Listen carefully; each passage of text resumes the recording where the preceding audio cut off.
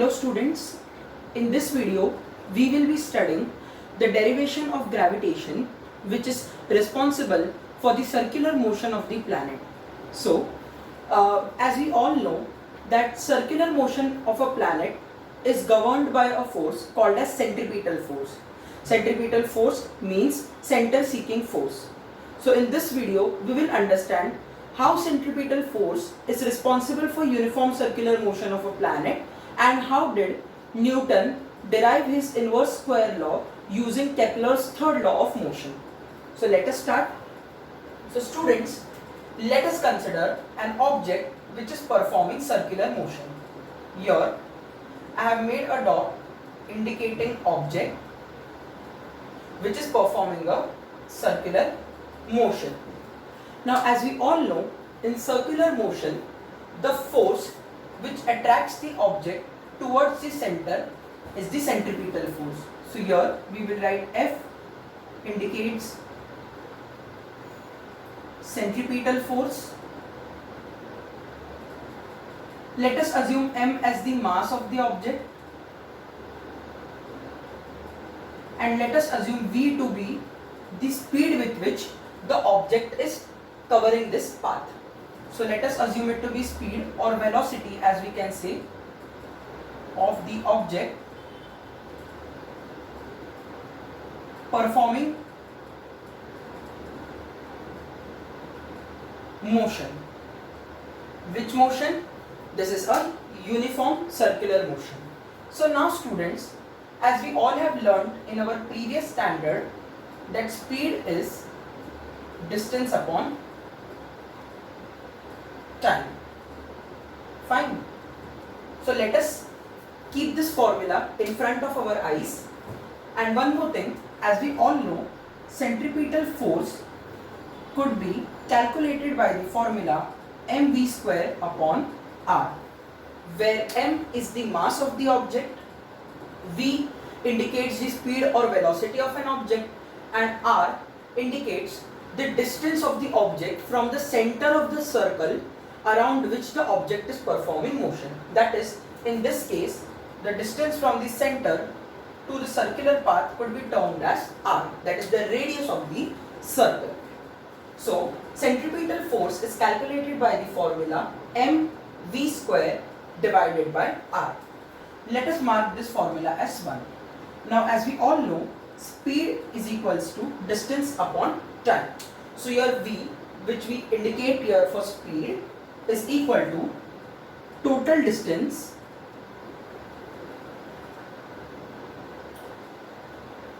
traveled upon time.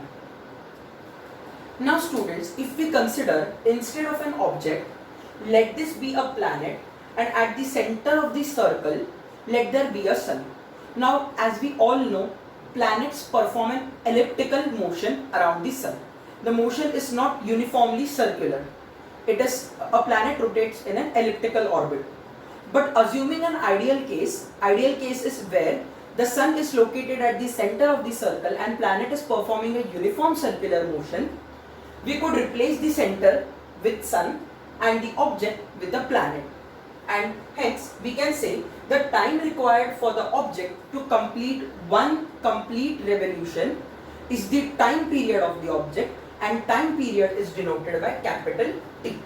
So we will write it here, T equals to time period. So let us substitute. So what is the total distance travelled by this object? Now the object is covering a circular path around the circumference of the circle, and as we know, the formula for circumference is 2 pi r. Means the distance covered by an object in one complete revolution is 2 multiplied by pi multiplied by r and divided by time. In this case, as we have told, it is time period. So here there will be a capital T. So let us mark this 2. So as we have written here, v is equals to 2 pi r divided by t. Let us substitute the expression of 2 in equation 1. So substituting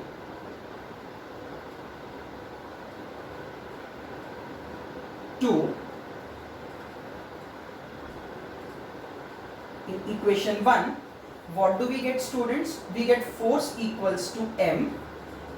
Instead of v, we will write 2 pi r upon t.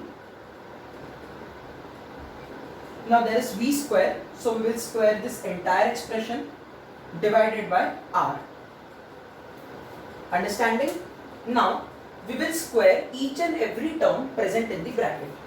So therefore f is equals to m.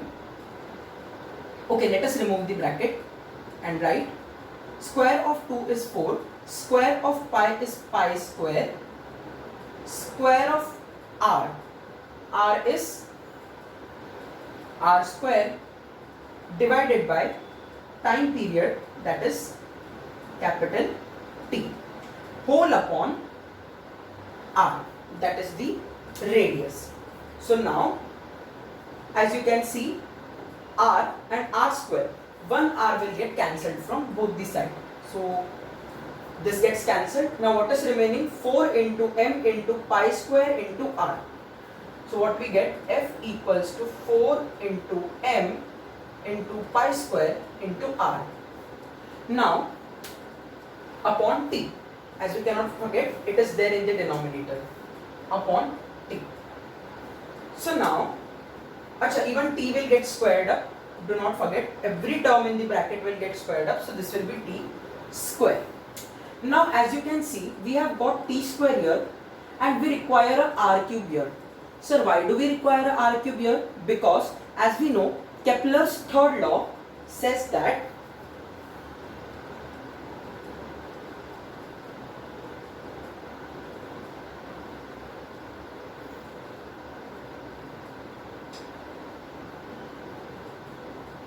t square divided by r cube is a constant.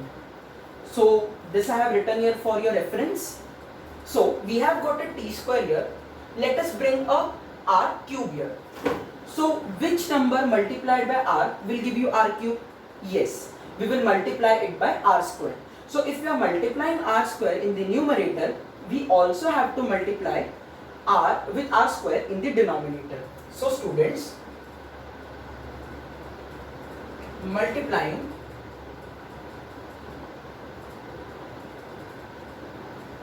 and dividing by r square.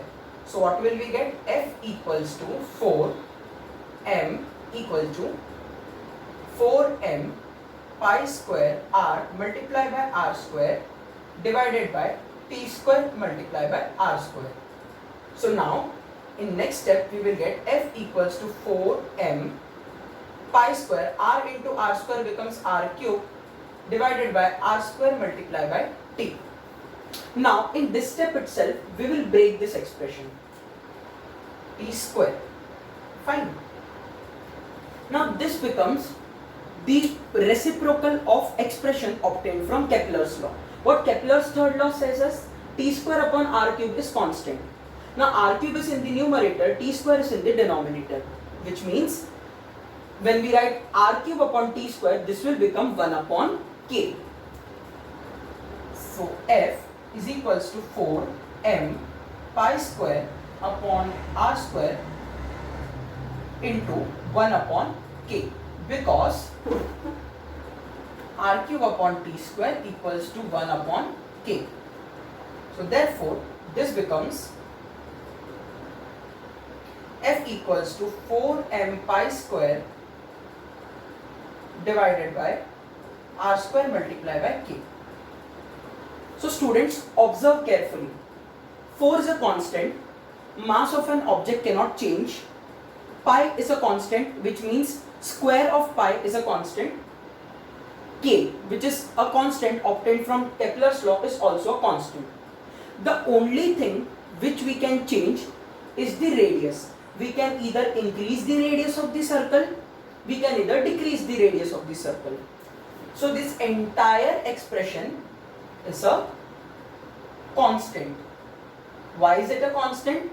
Because all the terms cannot change. Neither 4 can change, neither mass of an object can change, neither value of pi can change, neither can the constant obtained from Kepler's law change. Only thing that can change is r square. So we can say that force is dependent on r square. Now if you observe, force in the LHS is in numerator and r square, that is the square of the radius, is in the denominator. So what we can say is F is proportional to 1 upon r square, and this particular expression is called as Newton's inverse square law. So from this derivation, students, Newton came to a conclusion that the centripetal force acting on the planet is responsible for its uniform circular motion, and this force, this centripetal force, is inversely proportional to the square of the distance from the center of the circle or from the sun to the planet, that is our object in this case. So what can we infer, students? That the magnitude, the value of centripetal force is inversely proportional to the square of distance. That is, if you increase the distance of a planet from the sun or from the center of its orbit, we can say that the value of centripetal force will gradually decrease. As it is in inverse proportional, if one quantity increases, other will decrease. So that is, if the distance increase, force will decrease, or else if the force increase, distance have to decrease. So I hope you all have understood this derivation. Thank you.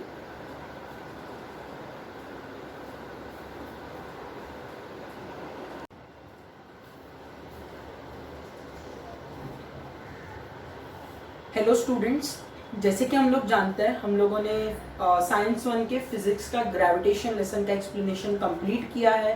तो हम लोगों ने वहाँ पे numerical parts को थोड़ा skip किया था, सो दैट हम लोग न्यूमेरिकल पार्ट्स को इस वीडियो के थ्रू कवर कर लें.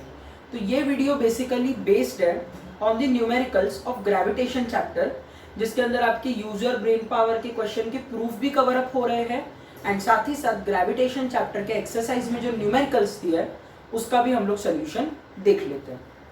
तो चलिए, सबसे पहले हम लोग देखते हैं आपके पेज नंबर 8 के कैन यू टेल क्वेश्चन को. तो जैसे कि हम लोग जानते हैं, हमारे टेक्स्ट बुक के पेज नंबर 8 पे आपका ये जो टॉपिक है, कौन सा वाला, वेरिएशन इन वैल्यू ऑफ जी, उसके बराबर ऊपर एक कैन यू टेल है, जहाँ पे क्वेश्चन ये पूछा है, what would be the value of g on the surface of the earth if its mass was twice as large and its radius half of what it is now. Question ध्यान से सुनिए. g की value क्या होनी चाहिए अर्थ के surface पे अगर उसके मास को डबल कर देता है एंड उसके रेडियस को अभी के रेडियस से आधा कर देता है. प्रैक्टिकली ये पॉसिबल नहीं है, लेकिन अगर ऐसा हुआ तो g की वैल्यू यानी एक्सीलरेशन ड्यू टू ग्रेविटी, जो हमारा स्मॉल g है, उसकी वैल्यू क्या होगी. ये 2019 के बोर्ड एग्जाम में आया था, मार्च के पेपर में. तो चलिए हम लोग इसको कंडीशन को लिख लेते हैं. तो हम लोगों को गिवन क्या है, एक मिनट, हम लोग को इस सम में क्या डेटा दिया गया है. तो हम लोग को ये कहा गया है कि अर्थ के मास को डबल करना है. अब हम लोग को एक चीज अपने दिमाग में गांठ बांध लेनी है, वो ये है कि capital M capital R by default mass of earth and radius of earth के सिंबल है. ठीक है, तो स्मॉल m किसी ऑब्जेक्ट का मास है, capital M by default mass of the अर्थ है. तो अभी मेरा जो मास ऑफ द अर्थ है, ठीक है, वो हो गया 2 टाइम्स मास. अब m दोनों में कंफ्यूजन होगा, इसके लिए हम लोग इसको न्यू मास लिखते हैं, छोटा n डालते हैं नीचे. ठीक है, तो अर्थ का ओरिजिनल मास तो कैपिटल M है, लेकिन इस सम के लिए हमारे लिए मास क्या हो गया, 2 times the mass of earth. तो new mass is equals to 2 times the mass of earth. ऐसे हम लोग को कहा गया है कि रेडियस हाफ करना है. तो हमारा जो न्यू रेडियस है वो क्या होगा, अर्थ के ओरिजिनल रेडियस का हाफ. ये हम लोगों को दिया गया है, एंड हम लोगों को फाइंड आउट क्या करने बोला है, value of g, new value of जी.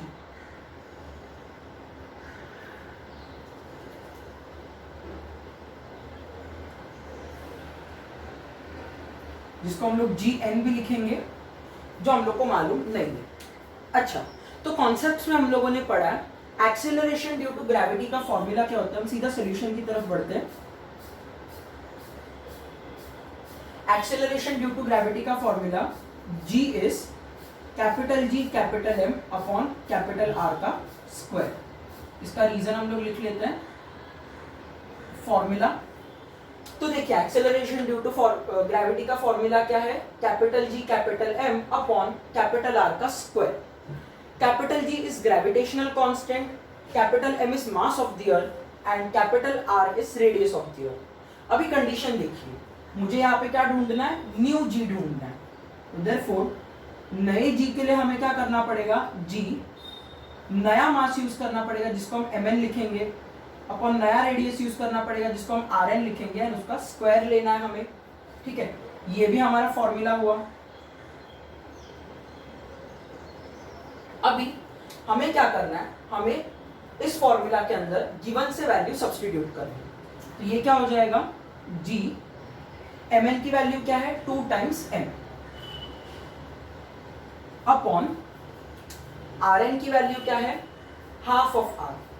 तो Rn की जगह पे हम लोग क्या लिखेंगे, हाफ ऑफ r का होल स्क्वायर, क्योंकि स्क्वायर तो पूरे का करना है, अभी सिर्फ r का नहीं करना है, तो हाफ ऑफ r का होल स्क्वायर यानी पूरा स्क्वायर करना है।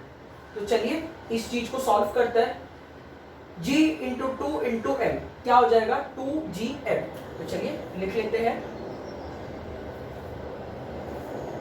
तो this is equals to 2gm। Number को पहले लिखा है, अल्फाबेट्स को बाद में लिखा है।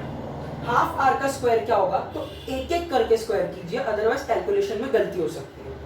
1 का स्क्वायर 1, चलिए लिख लेते हैं, अपॉन 2 का स्क्वायर 4 इंटू आर का square are square.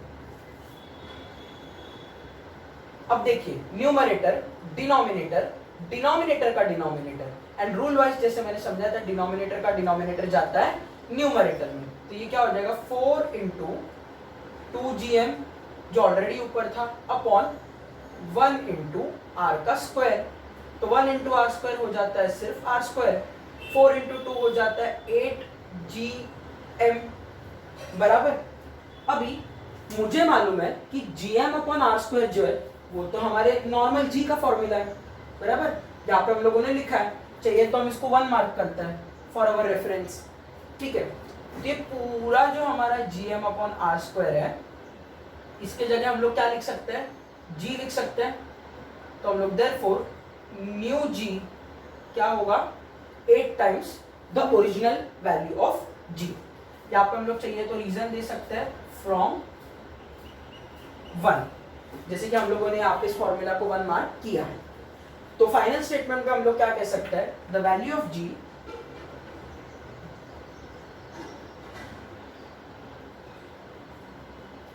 Will be, अब यहाँ पे वैल्यू ऑफ g यानी हम लोग न्यू वैल्यू ऑफ g की बात कर रहे हैं, the value of g will be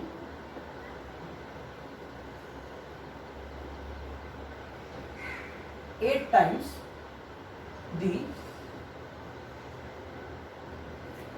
की जगह हम लोग इट्स ओरिजिनल वैल्यू लिखते हैं, ज्यादा इफेक्टिव रहेगा। 8 टाइम्स इट्स ओरिजिनल वैल्यू। तो g की वैल्यू क्या होगी, उसके ओरिजिनल वैल्यू से 8 गुना ज्यादा। तो मैं चाहता हूं कि आप इस वीडियो को पॉज करके डिटेल्स नोट डाउन कीजिए।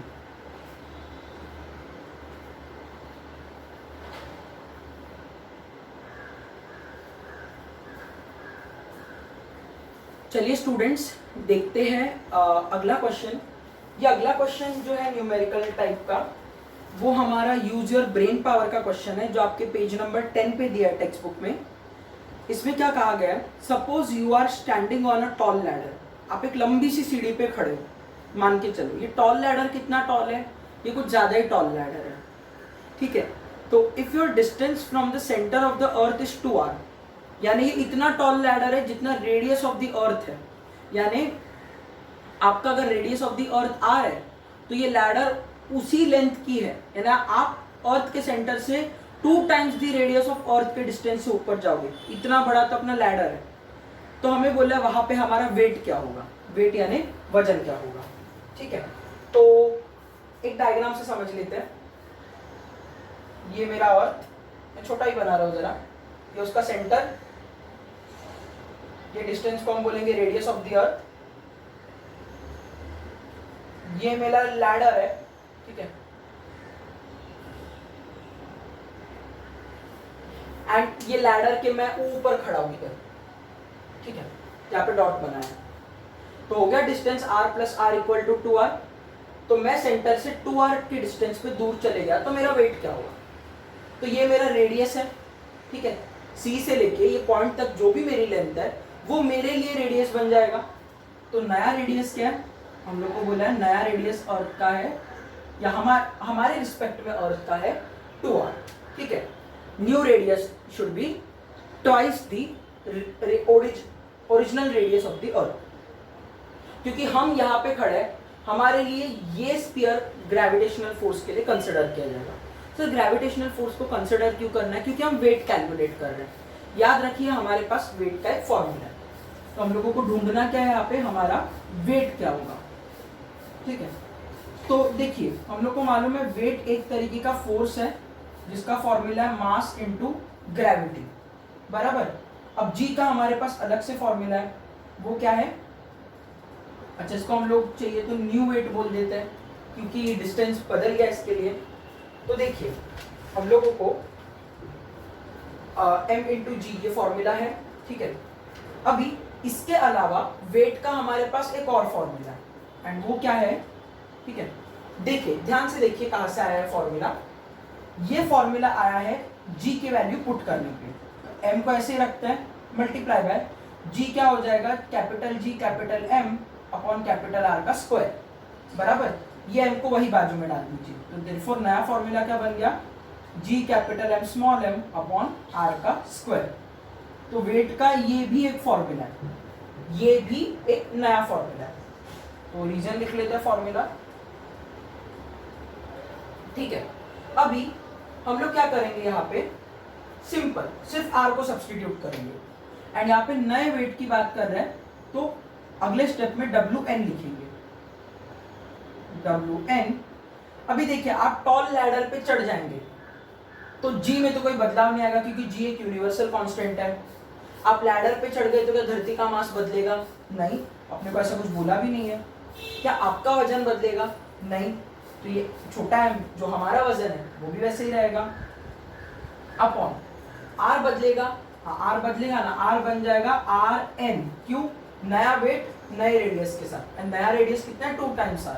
चलिए सब्स्टिट्यूट करते हैं, इधर भी फॉर्मूला नाम का रीजन लिखना मत भूलिएगा।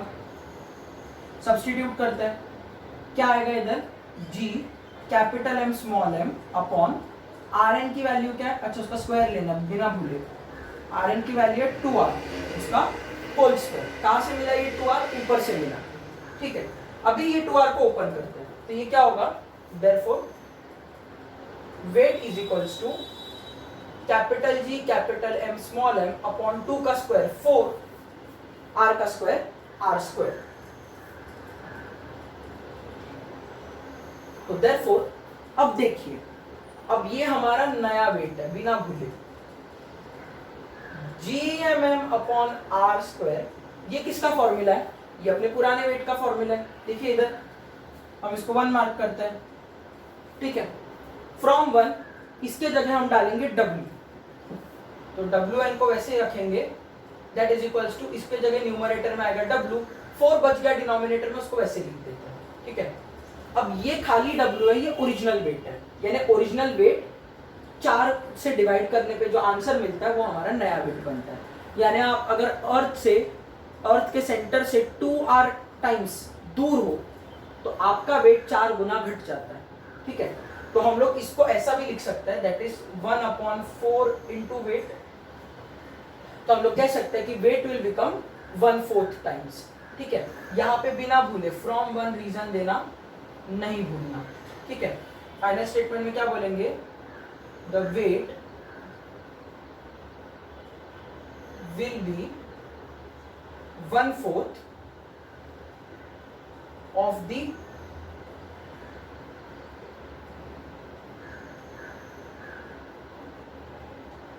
Original wait. हमारा वजन है वो ओरिजिनल वेट का 1/4 हो जाएगा अगर मैं अर्थ के बाहर चले जाता हूँ। तो मैं चाहता हूँ कि आप इस वीडियो को पॉज करके ये डिटेल्स नोट डाउन कीजिए।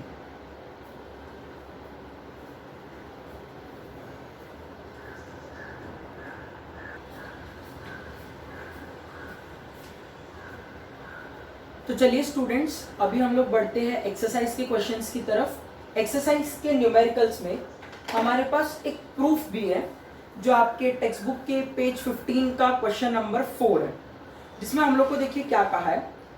Late the period of revolution of a planet at a distance r from a star B T, capital, ठीक है। Prove that if it was at a distance of 2r from the star, its period of revolution will be √8 times t। तो अभी हम लोग को किसी planet की बात कर रहे हैं, हमें भी नहीं मालूम है प्लैनेट कौन सा प्लैनेट है। हम लोग को कहा गया है क्वेश्चन नंबर 4 के अंदर कि अगर उस प्लैनेट का रेडियस 2r यानी डबल हो जाता है, तो उस प्लैनेट का टाइम पीरियड √8 के फैक्टर से मल्टीप्लाई होने पे मिलेगा, यानी उसका टाइम जो है वो √8 टाइम्स बढ़ जाएगा। तो देखते हैं कैसे। अब सबसे पहले तो हम लोग r एंड t का मतलब लिख लेते हैं जो हम लोग को क्वेश्चन में दिया हो। पीरियड ऑफ रेवोल्यूशन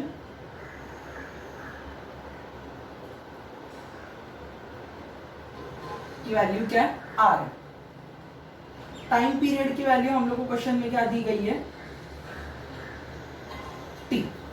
अभी अपने को कंडीशन क्या दिया गया है कि नया रेडियस 2r है।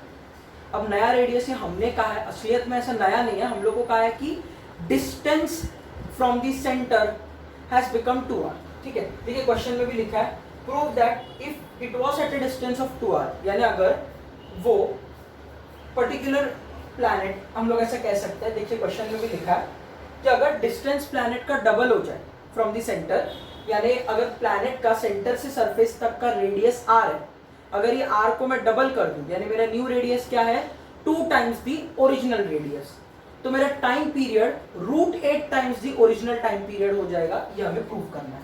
तो लिखते हैं न्यू रेडियस, जिसको हम rn कहते हैं, हम लोग को उसके बारे में जानकारी क्या दी है, वो 2 टाइम्स दी ओरिजिनल रेडियस है। एंड मुझे यहाँ पे कुछ फाइंड नहीं करना है, मुझे यहाँ पे कुछ प्रूफ करना है। तो साइंस में से काफी कम प्रूफ है जो हम लोग अभी देख लेते हैं। तो मुझे प्रूफ क्या करना है, न्यू टाइम पीरियड, जिसको हम लोगों ने कहा है Tn, वो ओरिजिनल टाइम पीरियड का √8 टाइम्स होगा, ऐसा हम लोगों को कहना है, ठीक है। तो चलिए सॉल्यूशन करते हैं। अभी मेरे पास ऐसा कौन सा फॉर्मूला, लॉ या फिर ऐसा कुछ थियरी है जो मुझे प्लैनेट के रेडियस एंड प्लैनेट के टाइम पीरियड के साथ रिलेशन देता है। उसका आंसर है right, Kepler's third law. Kepler का थर्ड लॉ हमें क्या कहता है कि t² is proportional to r³। अब यहाँ पे हम स्मॉल r नहीं लिखेंगे, कैपिटल R लिखेंगे, क्योंकि हम लोग को क्वेश्चन में वो सिंबल दिया है, मतलब सेम है, ठीक है। या फिर हम लोग कह सकते हैं t² upon r³ is equal to k, where k is a constant, ठीक है। अब देखिए इसको हम लोग 1 मार्क करते हैं। अब इसी तरीके से हम लोग न्यू टाइम पीरियड लेते हैं एंड न्यू रेडियस लेते हैं। तो हम लोग क्या कह सकते हैं, देयरफॉर इसी हिसाब से t² अपॉन r³, किसका, न्यू वाले का, ये भी k होगा, ठीक। केपलर का लॉ तो दोनों के लिए सेम है, ठीक है। तो ये हमारा कांस्टेंट है, विच इज कांस्टेंट। हम लोग यहाँ पे रीजन में k कांस्टेंट है, लेकिन ये पूरा एक्सप्रेशन एक फॉर्मूला है जो हम लोग को केपलर के थर्ड लॉ से मिलता है। तो दोनों के रीजन में हम लोग कॉमनली फॉर्मूला लिख लेते हैं, ठीक है। अब क्योंकि देखिए ये चीज k से इक्वल है, ये भी स्टेटमेंट की चीज k से इक्वल है, इसका मतलब अगर t² अपॉन r³ k से इक्वल है एंड tn² अपॉन rn³ भी k से इक्वल है, ये दोनों भी आपस में इक्वल हो जाएंगे, ठीक है। इसको हम लोग 2 मार्क करते हैं एंड लिखते हैं देयरफॉर